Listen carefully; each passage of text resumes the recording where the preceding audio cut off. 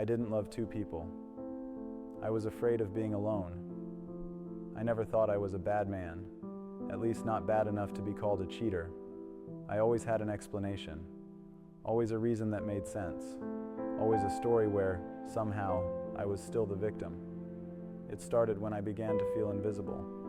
Not because she was cruel. She wasn't. She was attentive, thoughtful, consistent. She remembered how I liked my coffee. She knew when my silence meant exhaustion, not anger. She was there, always. But somewhere inside that always, I disappeared.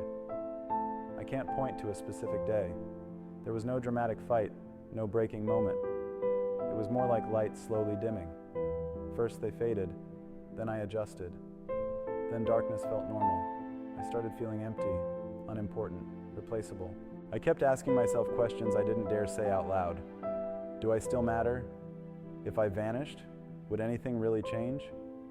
Those questions are dangerous, because when the right person doesn't answer them, you look for answers in the wrong place. She wasn't supposed to matter. That's what I told myself. It's just talking. It's harmless. I haven't done anything, but I had done something. I was running from feeling inadequate, running from silence at home, running from my own reflection. She looked at me like I was new, like I still had something exciting about me, like I was worth choosing, and I absorbed that look. Not because I loved her, not because she was better, but because I was weak. Every time I said, "This is the last line," I crossed another one. Every time guilt whispered, logic shouted louder. I don't mean any harm. I still go home to her. I haven't chosen anything, but refusing to choose is a choice. At night, I slept beside a woman who trusted me. During the day, I talked to a woman who admired me. The worst part wasn't the lies. The worst part was that I wasn't honest with myself. She started to sense it, not because she had proof, but because hearts notice betrayal before minds do. Her eyes changed. She spoke less. Her questions became simpler and heavier. Instead of stopping and saying, "I'm losing myself," I defended, "You're overthinking. You're too sensitive. This is your issue." The night she cried and said, "Just tell me the truth.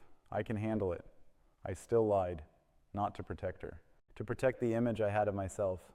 I didn't want to be the villain of the story, but the story was being written without my permission. When the truth came out, I tried to keep everything. I didn't confess. The truth didn't come out because I was brave. It came out because lies get tired. I slipped. A message left open. A name she didn't recognize. A silence that lasted too long. She didn't scream. That hurt more than if she had. She just looked at me, like someone watching something familiar turn unrecognizable. I remember how calm she was. Too calm. When she left, there was no one left to blame. She didn't leave in a dramatic way. There was no shouting, no slammed doors, no final argument where everything gets said.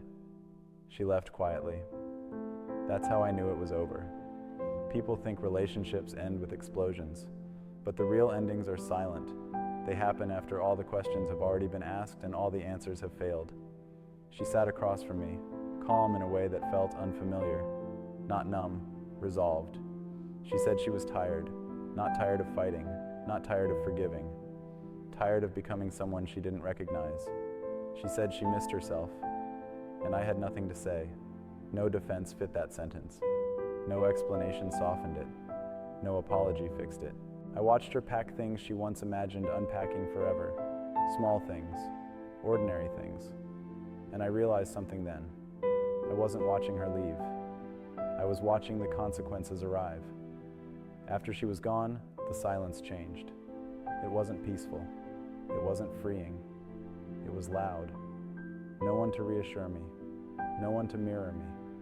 No one to distract me from myself. The other woman didn't stay either. She was never meant to. She existed only in the space where commitment was absent. When reality demanded depth, she disappeared. And suddenly, I was alone. Not the dramatic kind of alone, the honest kind, the kind where you can't blame timing or confusion or circumstances, the kind where the only thing left in the room is your reflection. I replayed moments I used to minimize, the nights she asked simple questions, the pauses I ignored, the trust I treated like it would regenerate. I saw myself clearly for the first time, not as a villain, but as something worse.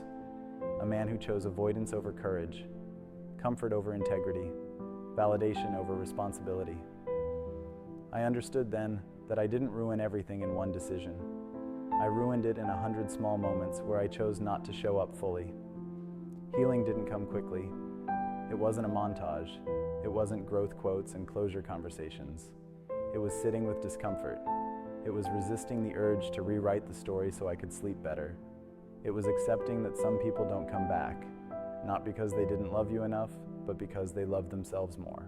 I never asked her to return, not because I didn't want her, but because wanting her wasn't enough anymore. She deserved a man who didn't need to lose her to understand her value.